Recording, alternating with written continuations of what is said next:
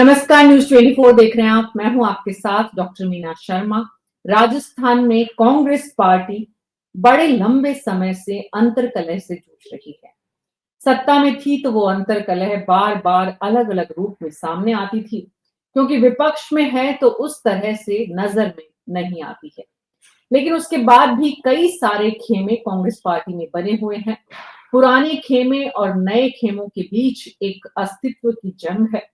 इन सब के बीच गोविंद सिंह डोटासरा, जो कि एक्सीडेंटल प्रेसिडेंट बने थे कांग्रेस पार्टी के, लेकिन उन्होंने अपने व्यक्तित्व से, अपनी कर्मठता से, अपने कामों से, अपनी जो उनकी राजनीतिक शैली है काम करने की, उससे उन्होंने कांग्रेस पार्टी में अपनी पहचान तो बना ली। लेकिन जिस तरह के कांग्रेस अध्यक्ष इस प्रदेश में रहे हैं या है, उनको कितनी अपने दम पर काम करने की छूट होती है, ये एक बहुत बड़ा सवाल होता है। लगभग राजस्थान में पिछले 25 साल से, अगर पिछले 1 साल को छोड़ दें तो, अशोक गहलोत जो राजस्थान के 3 बार मुख्यमंत्री रहे, कांग्रेस पार्टी की सत्ता उनके इर्द-गिर्द ही नजर आई। सचिन पायलट अध्यक्ष बने तो अपने दम पर उन्होंने पार्टी को आगे बढ़ाने का प्रयास किया, लेकिन फिर भी सचिन पायलट वो जगह नहीं बना पाए, या अशोक गहलोत खेमे ने वो जगह नहीं बनने दी, जिससे कि एक एक अलग व्यक्तित्व के रूप में कांग्रेस पार्टी में अशोक गहलोत की जगह लेते सचिन पायलट नजर आए। अब गोविंद सिंह डोटासरा एक अलग आयाम बने हैं। वो अपनी पार्टी को आगे ले जाने के प्रयास अभी तक करते बहुत ज्यादा नजर नहीं आए। लेकिन अब कहा जा रहा है, खबरें आ रही हैं उनकी दिल्ली यात्रा के बाद, कि अब गोविंद सिंह डोटासरा जो हैं, वो अब पार्टी को अपने हिसाब से पूरा, मतलब सारे घर के बदल डालूंगा टाइप्स की तैयारी कर रहे हैं। कितना वो कर पाएंगे, कितनी इसकी जरूरत है, और कांग्रेस पार्टी अपनी प्रासंगिकता को बनाए रखें, इसके लिए उनके प्रयास कितने सफल होंगे, ये तमाम सवाल हैं जिनका जवाब ढूंढने की कोशिश हमारे खास मेहमानों के साथ, सीबी यादव जी कांग्रेस पार्टी के प्रवक्ता, जयपाल सिंह जी बीजेपी के प्रवक्ता, श्याम सुंदर शर्मा जी वरिष्ठ पत्रकार, राजीव तिवारी जी वरिष्ठ पत्रकार, और जगदीश शर्मा जी वरिष्ठ पत्रकार हमारे साथ जुड़े। आप सभी का बहुत बहुत स्वागत है। सवाल है, निकाय चुनाव से पहले एक्शन में नजर आ रहे हैं पीसीसी चीफ डोटासरा। क्या है उनका प्लान? पूरे प्रदेश की जनता जो राजनीति में दिलचस्पी रखती है, खास करके वो लोग, इस बात पर नजर बनाए हुए हैं। क्या कांग्रेस को मजबूत करने के लिए गोविंद सिंह डोटासरा का जो प्लान है, वो अब जो नॉन परफॉर्मर्स हैं उन पर सख्ती दिखा पाएगा?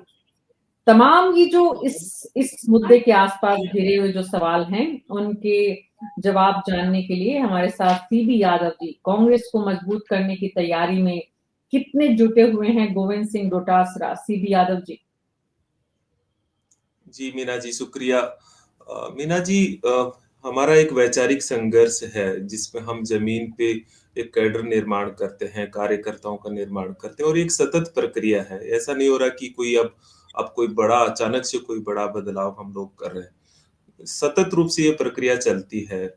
जो माननीय गोविंद सिंह डोटासरा जी है, मैं नजदीक से, क्योंकि मैं भी एक संगठन को पूरा देखता हूँ, राजीव गांधी पंचायती राज संगठन जो बेसिकली उसका कैडर निर्माण करता है, इसलिए मैं बहुत नजदीकी से देखता हूँ। उनके पास अनुभव है, वो जिलाध्यक्ष रहे, वो राजीव गांधी पंचायती राज संगठन के जिलाध्यक्ष रहे, वो ब्लॉक अध्यक्ष रहे, वो प्रधान रहे, 4 बार से वो एमएलए है, तो उन्हें सब तरह का अनुभव है।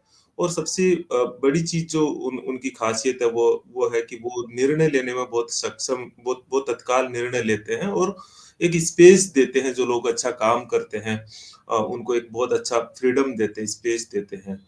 तो ये उनके हर पर्सनालिटी ने अपने अपने हिसाब से बहुत अच्छा काम किया है, लेकिन उनको मैं बहुत नजदीकी से हम लोग देख रहे हैं, तो बहुत एनर्जी के साथ जब से वो प्रदेश अध्यक्ष बने हैं, तब से लगातार वो अच्छा काम कर रहे हैं। बहुत बेहतरीन तरीके से वो एकजुट रखे हुए हैं, कार्यकर्ताओं का मनोबल बढ़ाते हैं, ट्रेनिंग कैंप्स लगाते हैं। तो ये उनका जो है निर्माण, जो हम पूरे कांग्रेस पार्टी के सभी लोग मिलके ये सब चीजें कर रहे हैं, तो कोई ऐसा तो नहीं है इस समय। बस ये जरूर है कि हमने जो मंडल अध्यक्ष है, 2200 मंडल अध्यक्ष है, उनके उनका और एक एक पूरा पार्टी का कैडर सही ढंग से सुनिश्चित हो, इसके लिए 200 विधानसभाओं में प्रभारी लगाए हैं, और ये तो सतत रूप से चलती रहती है। संभागों पे 3-3 लोगों की कमेटियां बना के हम लोग कर रहे हैं, कुछ डिजिटलाइजेशन कर रहे हैं। तो ट्रेनिंग कैंप्स पहले भी किए थे, ट्रेनिंग कैंप्स अभी भी लगातार चल रहे हैं, जिससे हम जो कार्यकर्ता है उनको एक विचारधारा से जो परिचय करवाते हैं। तो ये सतत प्रक्रिया है, उसी प्रक्रिया का एक हिस्सा आप मान सकते हैं। जी, सतत प्रक्रिया का हिस्सा बीजेपी ने अभी-अभी अध्यक्ष बनाए, जिला अध्यक्षों की नियुक्ति भी हुई। अब कांग्रेस पार्टी भी संगठन के रूप में जो है वो मजबूती दिखा रही है। निकाय चुनाव से पहले ये मजबूती अगर पार्टी पकड़ पाती है, तो जयपाल जी आपके लिए चुनौती बनकर उभरेंगे गोविंद सिंह डोटासरा? देखिए मीना जी, हमारे लिए चुनौती न पहले थी न आज है। भारतीय जनता पार्टी एक अनुशासित पार्टी है, कैडर बेस्ड पार्टी है, और इसका संगठन नीचे अभी पूरा संगठन बना है, बूथ समिति से लेके और प्रदेश अध्यक्ष का निर्वाचन हुआ है, और राष्ट्रीय अध्यक्ष का भी निर्वाचन होना है। और आप सब ने देखा, मीडिया के लोगों ने देखा किस हिसाब से बूथ समिति से लेकर निर्वाचन हुआ, और सब सहमति के आधार पे हुआ। तो एक डिसिप्लिन देखा, पूरे राजस्थान में संगठन का निर्माण हुआ।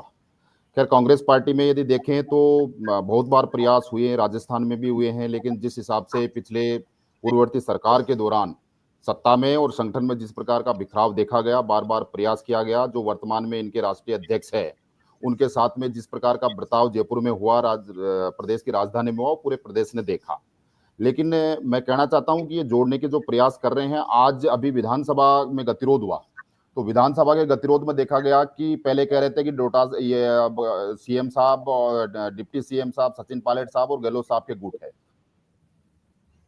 अब यहाँ तो जूली जी का अलग गुट बन गया, पायलट साहब का अलग गुट बन गया। पिछले में डिबेट में था तो हमने देखा, आपने भी कहा कि पायलट साहब का इशू था, इसलिए इनका वो डिबेटर भी नहीं आया, प्रवक्ता नहीं आया।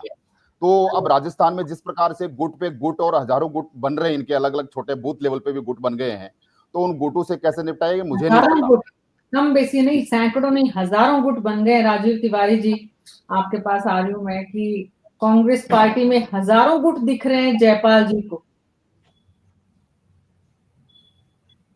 Audio sir.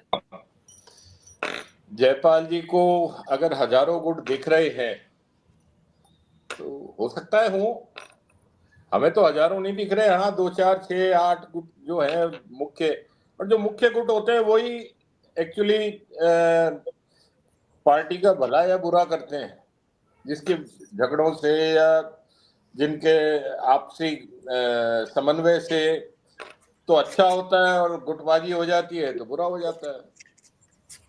अब आप देखिए, मैं जयपाल जी से पूछ रहा हूं मैं यही कि साहब, राष्ट्रीय अध्यक्ष का चुनाव आपके यहाँ क्यों नहीं हो पा रहा है? आपके यहाँ जिला अध्यक्षों के चुनाव एक एक साल हो जाने के बाद क्यों हो रहे हैं? हुए ना भाई, तो राजीव तिवारी जी, हुए ना नड्डा चुनाव। जी का जो कार्यकाल बढ़ाया था वो लोकसभा चुनाव तक बढ़ाया था, उसके बाद भी एक साल वो हो भी गया। एक प्रक्रिया के तहत हो रहा है, उसमें कहा ना ना तो अनुकर हो प्रक्रिया जाएगा तो चुनाव फिर उसमें वो क्या। कांग्रेस की भी वही प्रक्रिया है फिर। कांग्रेस की ऐसी नहीं है। कांग्रेस के चुनाव में देखा कैसे डिजिटलाइज की बात कर रहे हैं, कैसे वोट हैक किए गए, कैसे किसको अध्यक्ष बनाया। एनएसयूआई के चुनाव देखे, वो देखे नहीं क्या कि कैसे लड़े आपस में? अरे बताइए, आप लड़के एक तो एक हर कारण बता दीजिए पार्टी मुझे के लोग राजस्थान हैं। में किस जहां कोई। पार्टी में मनमुटाव नहीं होता, किस पार्टी में झगड़ा नहीं होता, किस पार्टी के हाँ, अंदर ये हो पदों को सकता है कि कुछ लेकर। डिले हो रहा है, लेकिन वो चुनाव भी सतत प्रक्रिया के तहत चयन निर्वाचन ही होगा उनका भी। तो जो प्रदेश निर्वाचन तो अध्यक्ष साहब बनेंगे खड़गे साहब उसके का नहीं आधार पर हुआ, उनका चुनाव निर्वाचन ही से होना है। हुआ। उनके सामने भी वो एक उम्मीदवार थे केरल से। तो ये सारा है, लेकिन जो हालात कांग्रेस की आज है, जो गुटबाजी दिखाई दे रही है, वो या तो इनको जल्दी से ठीक कर लेनी चाहिए, नहीं तो जो हश्र इनका विधानसभा चुनाव में या उसके बाद उपचुनाव में हुआ, वही स्थिति बनी रहेगी लोकल सेल के चुनाव में भी, पंचायत में, स्थानीय निकाय के चुनावों में। उसमें भी यही दिक्कत आएगी कि आपको ग्रास रूट लेवल पर उस जगह से आपको पार्टी को मजबूत करना है। तो डोटासरा जी जो प्रयास कर रहे हैं वो इतने मजबूत प्रयास नहीं है कि पार्टी उस स्तर पर उभर के आगे आ सकेगी। क्योंकि देखिए, वो भी बयानवीर हैं। पहले मोरिया चलता था उनका, अब कुछ और चलने लगा। तो ये सारी चीजें हैं। एक संगठन को चलाने के लिए आपको नाटकबाजी से ज्यादा जमीन पर रहकर काम करना पड़ेगा, तब जाकर वो पार्टी संगठन मजबूत होगा। आज देखिए हर जगह ये जो भी आह्वान करते हैं वह कार्यकर्ता इकट्ठे नहीं होते। तो उस लेवल पे अगर आप नहीं कर पा रहे हैं तो, और जो अभी खबरें चल रही हैं कि साहब इनमें और टीकाराम जूली जी में मतभेद है, वहां भी गुट बन गए हैं। क्योंकि जब ये विधानसभा में जो गतिरोध पैदा हुआ था उसको लेकर ही इनके परस्पर बयान अलग अलग आते थे, बाद में फिर कह रहे हैं कि नहीं हमने तो एक ही थे हम तो बयानबाजी तो आपको पता है देख सुनकर करो, कम से कम किसी भी मुद्दे पर आपस में बैठकर तो बात करो, उसके बाद संघर्ष करो, तो वो संघर्ष फलीभूत होगा। आपके विचार मेल नहीं खा रहे, आपके बयान मेल नहीं खा रहे, फिर आप कैसे कह सकते हो कि आपके कार्यकर्ता भी आपके आह्वान पर हर जगह मौजूद हो जाएगा। जी, तो जगदीश जी, ये जो तमाम परिस्थितियां हैं जो राजीव तिवारी जी ने जिनको अभी विस्तृत बताया, इन परिस्थितियों के बीच में गोविंद सिंह डोटासरा के सामने कितनी बड़ी चुनौतियां हैं इस वक्त अपनी टीम मजबूत कर, क्योंकि चुनाव के बाद चर्चाएं तो ये हो रही थी कि पार्टी अध्यक्ष बदलेंगे। अब पार्टी अध्यक्ष नहीं बदले हैं, पार्टी अध्यक्ष अपनी टीम बना रहे हैं, तो अपनी टीम बनाने में वो कितने कामयाब हो पाएंगे? मीना जी, ऐसा है, इनके पूर्व अध्यक्ष और अब आला कमान कांग्रेस का कहिए राहुल गांधी जी, वो अभी थोड़े दिन पहले ही गुजरात की यात्रा पर थे, आपकी नॉलेज में आया होगा ये। और गुजरात में वो कार्यकर्ताओं के बीच में क्या बोल रहे थे उससे स्पष्ट हो जाता है कि ऊपर से नीचे तक पार्टी में स्थितियां क्या है। वो बोले कि आधे तो हमारे पार्टी में बचे ही नहीं है, वो तो चले गए, और आधे ऐसे हैं जिनमें से कि 20% से ज्यादा 50% के करीब लोग बीजेपी से मिले हुए हैं। संगठन की हालत तो ये है, और इसमें हिंदुस्तान का कोई क्षेत्र जो है बाकी नहीं है कि भाई राजस्थान में नहीं होगा या मध्य प्रदेश में नहीं होगा, सब जगह एक जैसी हालत है, कमोबेश थोड़ा बहुत अंतर हो सकता है। तो जिस संगठन की हालत ये हो, जिसका कि सबसे बड़ा निर्णय करने वाला जो लीडर है वो उसकी ओपिनियन ऐसी बनती हो, तो आप बताइए कि उस संगठन के डोटासरा जी क्या कर लेंगे। डोटासरा जी दिल्ली जा रहे हैं, आ रहे हैं और अपने आप को स्थिर करने की कोशिश कर रहे हैं। अभी तक डोटासरा जी खुद ही स्थिर नहीं है। उनको टेम्पररी अध्यक्ष बनाया गया था अशोक गहलोत जी की रेजिम में, जब अध्यक्ष जो है नहीं रहे उनके, तो उनको टेम्पररी बनाया गया था, और टेम्पररी बनाया तब से वो चले ही आ रहे हैं, क्योंकि इतनी भी फुर्सत पार्टी में नहीं है कभी भी कि वो एक निर्वाचित अपने पार्टी के अंदर जो है लोकतांत्रिक पद्धति से निर्वाचित अध्यक्ष चुन सके। ऐसी सूरत में ये किस तरीके से भारतीय जनता पार्टी से लड़ाई लड़ेंगे, मुझे ये समझ में नहीं आता जी। तो डोटासरा जी अपने भरोसे कैसे कर लेंगे, जबकि राजस्थान में पार्टी ऑलरेडी कई गुटों में है। आप मोटे तौर पे समझ लीजिए, अभी जो है जयपाल जी ने तो हजारों बताए, राजीव जी भी मान रहे हैं, 6-7 तो खैर है ही, लेकिन 6-7 भी नहीं, मैं तो कहता हूँ 2 ही गुट बहुत है। 3 गुट तो अब साफ ही नजर आ, बल्कि 4 गुट तो साफ नजर आ रहे हैं। एक तो अशोक जी के साथ है गुट, जो सबसे बड़ा सबसे पुराना है। दूसरा है सचिन पायलट के साथ, वो भी कमजोर नहीं है। तीसरा ये डोटासरा जी का गुट हो गया, और अब चौथा जो है जूली, जो लीडर ऑफ अपोजिशन जी, उनके साथ का जो गुट है वो है।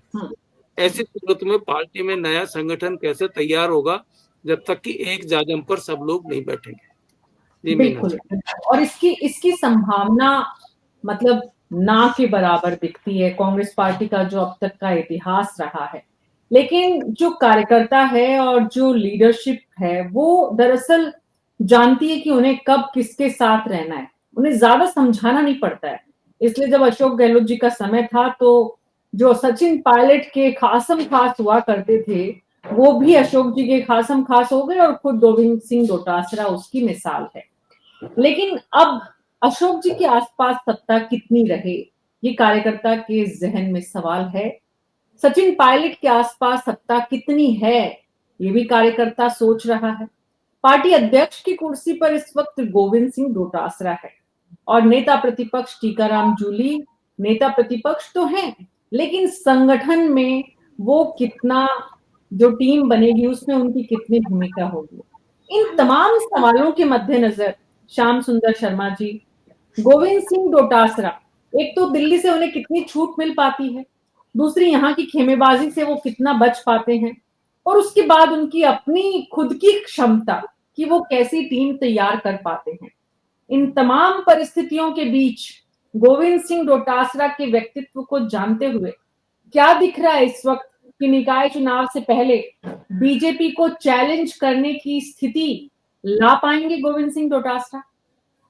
अभी गोविंद सिंह डोटासरा आगामी 3 साल के लिए बनने के लिए क्लियरेंस हो गया क्या? केंद्र ने कह दिया कि वो 3 साल तक आगे रहेंगे? ऐसा भी कुछ हुआ नहीं ना। कांग्रेस में उनका अस्तित्व अभी तक ठिकाने पे नहीं है, तो वो बाकी की स्थिति क्या करेंगे? अभी तो देखिए लोकसभा में जो नेताओं ने खिलाफ काम किया था पार्टी के, उनके खिलाफ भी शायद कार्रवाई सीएल यादव जी अभी तक हुई नहीं ना। कुछ 2-3 लोगों के खिलाफ हुई, बालेंदु को हटा दिया तत्काल, और जो अशोक गहलोत ने 2-3-4 लोगों का उनके खिलाफ तो कार्रवाई की, बाकी के खिलाफ अभी तक कार्रवाई की नहीं गई। अब देखिएगा जब विधानसभा के उपचुनाव हुए तो गोविंद सिंह डोटासरा के ऊपर खुद के ऊपर सवाल उठ रहे हैं कि भाई उनकी स्थिति किस तरह की रही कि पार्टी को जमानत जब्त हो गई 4 जगह पर, तो निर्णय तो उनके ऊपर भी ऐसा होने लगा कि उन्होंने निर्णय सही समय पर नहीं किया, इसलिए पार्टी की स्थिति खराब हो गई।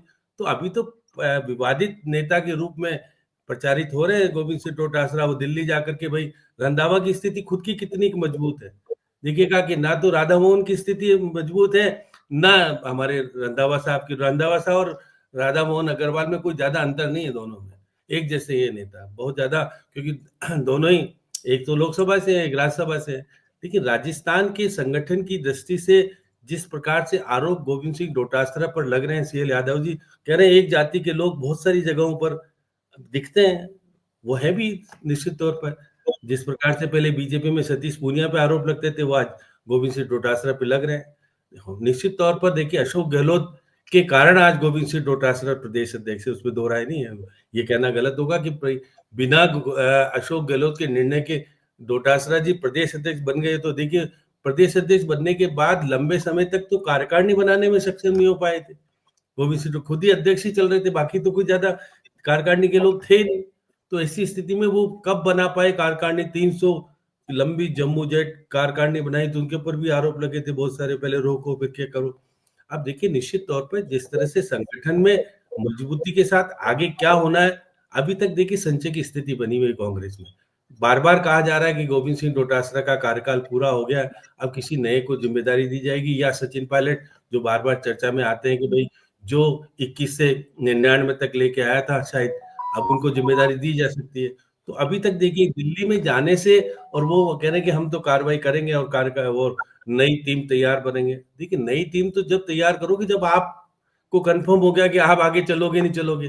टीम देखिए कांग्रेस का संगठन पुराना है, इसमें दो राय नहीं, और मजबूती के साथ काम करने वाले लोग भी हैं। चाहे भले ही बीजेपी में बहुत सारे लोग डेपुटेशन पे चले गए, अब वो कितने दिन वहां रहेंगे और वापस आएंगे। जयपाल जी को भी स्थिति ठीक नहीं है, बीजेपी का संगठन बहुत अच्छा नहीं है इस बार। कितने अध्यक्ष किस तरह से बने जयपाल जी को पता है। वसुंधरा जी के व्यक्ति को बनाना तो बनाया उन्होंने चुनाव अधिकारी अपना बना लिया, बाकी बात तो छोड़ो, झालावाड़ के हो या बारा के हो, वहां तो सब वसुंधरा जी के कहने से बना। कोटा में देखिए ओम बिरला के कहने से बना। बहुत सारी जगह पर अपने अपने नेताओं ने अपने अपने तरीके अपनाए, और जयपुर में फिर क्या हुआ, जयपुर में किस तरह से अध्यक्ष बना, ये तो पता है जयपाल जी, आपको पता है जयपुर का अध्यक्ष किस तरह से बना और क्यों बना, क्या विवादित, आज भी उसको एक्सेप्ट करने की स्थिति में आप हो क्या? आप मान रहे हो कि अध्यक्ष बन गया वो उसके साथ उसके नेतृत्व में काम करेंगे? तो देखिए बीजेपी में बहुत ज्यादा ठीक ठाक स्थिति नहीं है। मदन जी तो सीधे मदन जी को लेकिन श्याम जी एक बड़ा फर्क है दोनों के बीच में, वो ये कि यहाँ अभी भीतर खाने ज्यादा है, और इसमें कोई दो राय नहीं है कि जितने गुट बीजेपी में है कांग्रेस में शायद उतने ना हो जितने ज्यादा बीजेपी में है, लेकिन वो खुले रूप में नहीं है।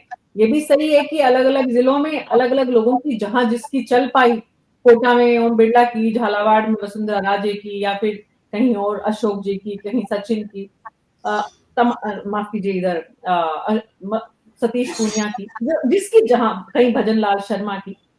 सवाल ये है कि जो मदन राठौड़ कर पाए, कि ठीक है सबको साथ समाहित करते करते, क्योंकि ये उनके व्यक्तित्व का हिस्सा है, वो जितनी विनम्रता से दिखते हैं, सामने आते हैं, बात करते हैं, सहजता दिखाते हैं, वो पर्सनैलिटी का बहुत बड़ा फर्क है यहाँ पर। गोविंद सिंह डोटासरा ये जो इतने खेमे हैं, इनको सबको साथ आज तक नहीं ले पाए सीबी यादव जी।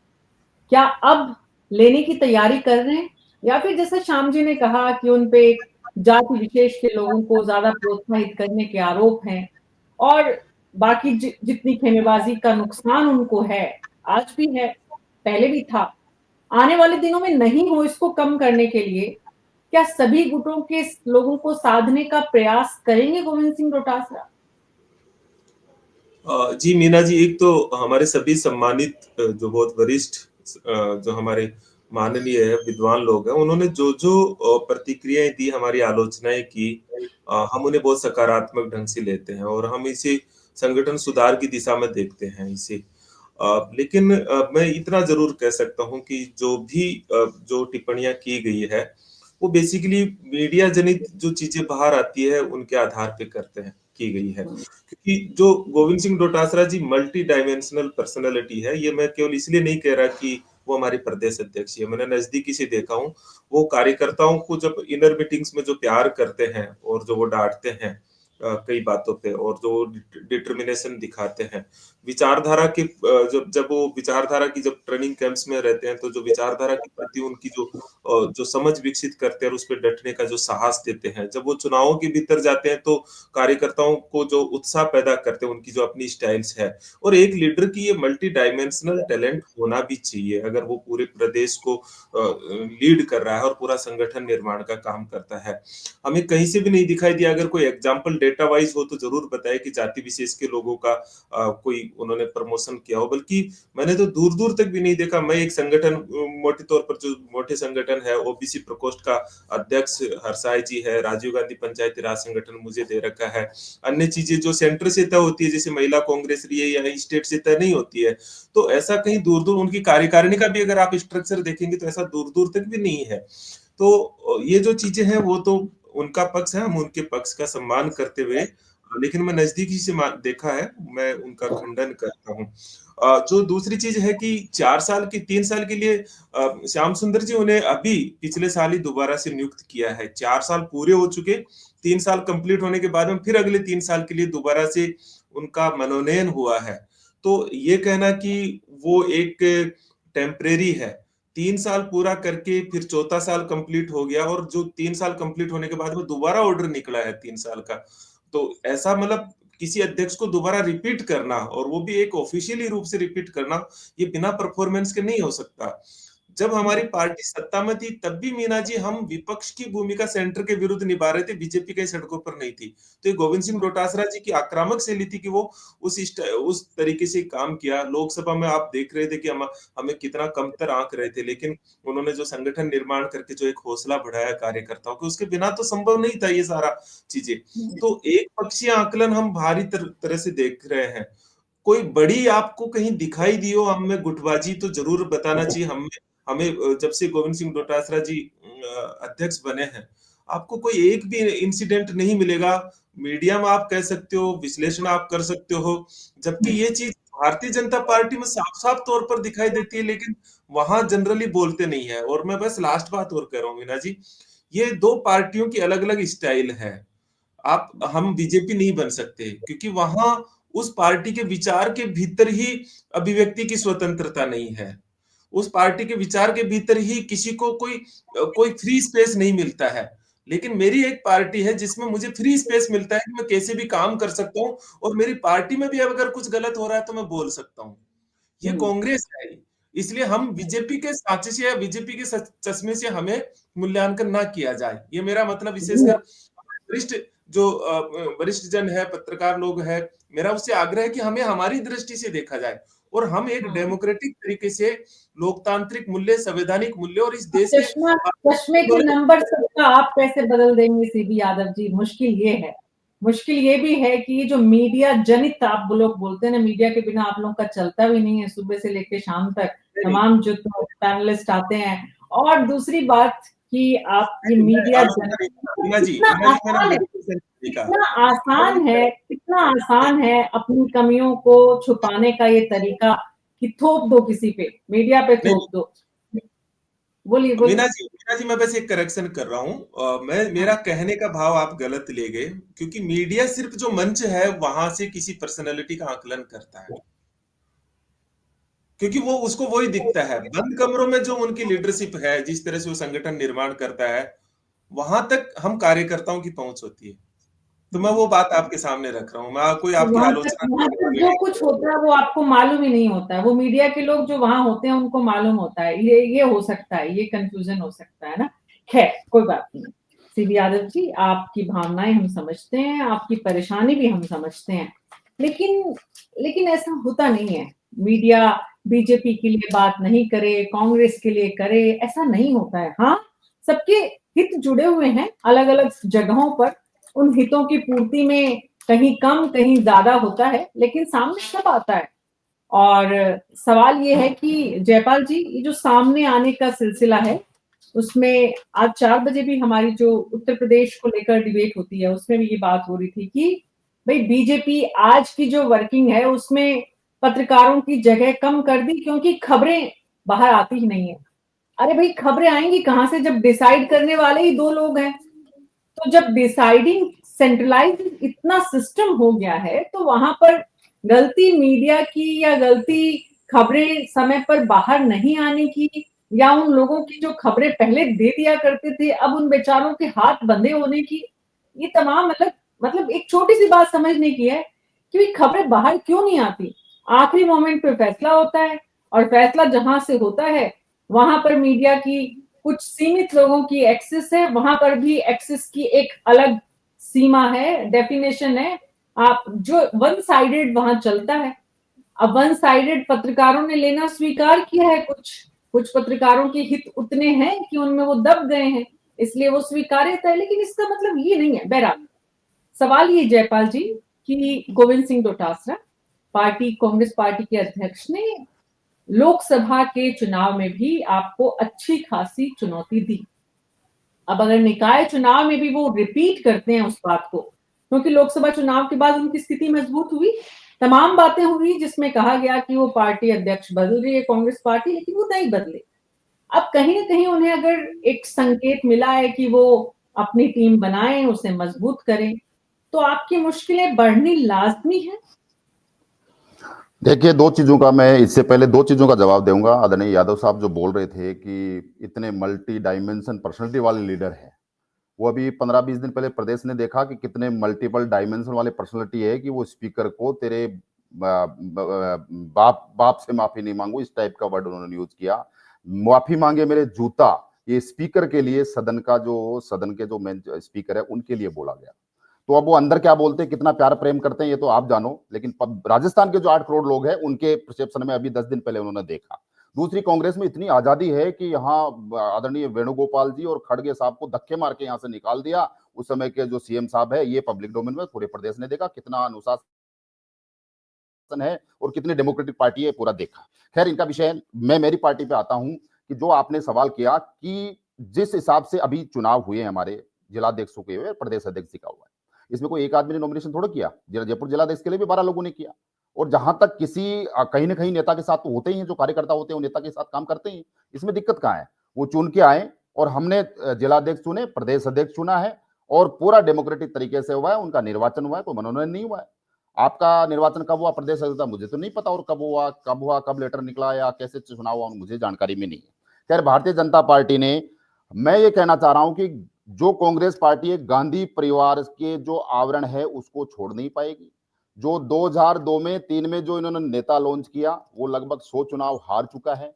इसलिए प्रॉब्लम दिल्ली में है, आप वहां चेंज कीजिए और वो यदि चेंज नहीं कर पाए तो आप कैसे संगठन बना लीजिए। भारतीय जनता पार्टी राजस्थान में और देश में पूरी मजबूत है, मजबूती के साथ में मुकाबला, क्योंकि उस परिवार से आप बाहर आओगे नहीं और उस परिवार के आवरण से आप हुए हैं, उसके निर्णय उन्हीं को लेना है, काम उन्हीं को करना है। और वो कप्तान है, वो चुनाव हार चुका है, इसलिए आप कप्तान बदलिए दिल्ली से तो कुछ संभावना बनती है। हम भी आए आप चुनाव मैदान में। जगदीश जी, यहाँ पे बीजेपी के प्रवक्ता ने गोविंद सिंह डोटासरा को क्लीन चिट दे दी है कि वो सक्षम है, नहीं है, उससे कोई फर्क ही नहीं पड़ता, फर्क तो दिल्ली से पड़ता है।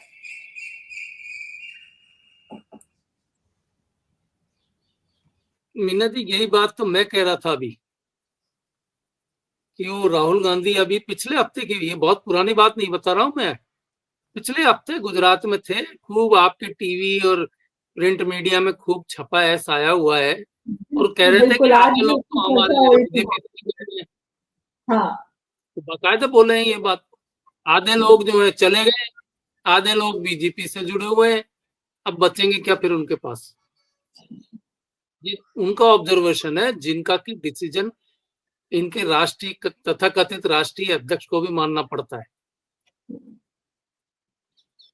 राष्ट्रीय अध्यक्ष को इस बारे में इस तरह का वाच बहुत पहले कर चुके हैं, जिसमें बोल चुके हैं कि संगठन की हालत बहुत खराब है और ये किसी राज्य में, चुनाव से पहले भी, तब भी उन्होंने, और बहुत मार्मिक अंदाज में उन्होंने इस बात को कहा था। बिल्कुल बहुत ठीक है। मार्मिक अंदाज में बात वो बोल चुके हैं कि हमारे यहाँ कार्यकर्ताओं की स्थिति क्या है, और शायद इसी फीलिंग के बीच में जो सीपी यादव साहब बोल रहे हैं, सीबी यादव साहब, कि दोबारा लिया, उनको मनोनीत कर दिया गया, फिर यही होता है, फिर मनोनयन नहीं होता है कि भाई आप कोई नहीं है काम चलाने वाला, तो कागजों पे दस्तखत करने वाला और कुछ चीजें ऑर्गेनाइज करने वाला तो एक आदमी चाहिए, तो बना दो दोबारा गोविंद सिंह जी डोटासरा कोई। अशोक जी ने और कह दिया होगा तो लेटर जारी हो गया वहां से। तो ऐसे संगठन खड़ा नहीं होगा जी, गोविंद संगठन जी, खड़ा होगा जबकि पार्टी की पॉलिसीज के ऊपर वर्कर काम करना शुरू करेंगे, पब्लिक के बीच में जाएंगे। कांग्रेस के कार्यकर्ताओं ने तो बहुत साल पहले से ही पब्लिक के बीच में जाना बंद कर दिया, तो ये प्रॉब्लम है। अब वो डोटासरा जी बनाएंगे, इसीलिए लगता है कि कांग्रेस का कार्यकर्ता जो है वो बीजेपी में आधा चला गया या आधा बीजेपी के साथ है। कार्यकर्ता की अपनी परेशानी है राजीव तिवारी जी, की कार्यकर्ता के जब काम नहीं होते हैं, उसका पॉलिटिकल सर्वाइवल स्टेक पर होता है, तो वो क्या करे। सत्ता हमेशा, सत्ता के इर्द गिर्द जो लोग हैं, पॉलिटिकल पार्टी से जुड़े हुए जो लोग हैं, वो हमेशा सत्ता में रहने के लिए पॉलिटिक्स करते हैं। जबकि जगदीश जी ने जो अभी बात कही कि पार्टी का कैडर ग्राउंड पे काम करे, पार्टी की विचारधारा को आगे बढ़ाए, तो कैडर की ये स्थिति नहीं हो, पार्टी चीफ की ये स्थिति नहीं हो। कांग्रेस पार्टी को यहाँ तक आने में दशकों लगे हैं राजीव तिवारी जी। अब दशकों नहीं तो कम से कम सालों तो वापस वहां तक पहुंचने में लाजमी है। देखिए जगदीश जी जो अभी कह रहे थे, तो उसपे कल आईफा के दौरान एक शोले पिक्चर की स्पेशल स्क्रीनिंग हुई थी राज मंदिर में, तो वो डायलॉग मुझे याद आ गया, अंग्रेजों के जमाने के जेलर, आधे इधर जाएं आधे उधर जाएं बाकी मेरे पीछे। तब इनके पीछे बचा कौन? तो वही स्थिति, वही बयान अभी राहुल गांधी जी ने जो गुजरात में कार्यकर्ता सम्मेलन में बोले कि साहब आधे तो हमारे छोड़ के चले गए, आधे बीजेपी के संपर्क में, तो भाई अब आपके पीछे कौन है फिर? हाँ।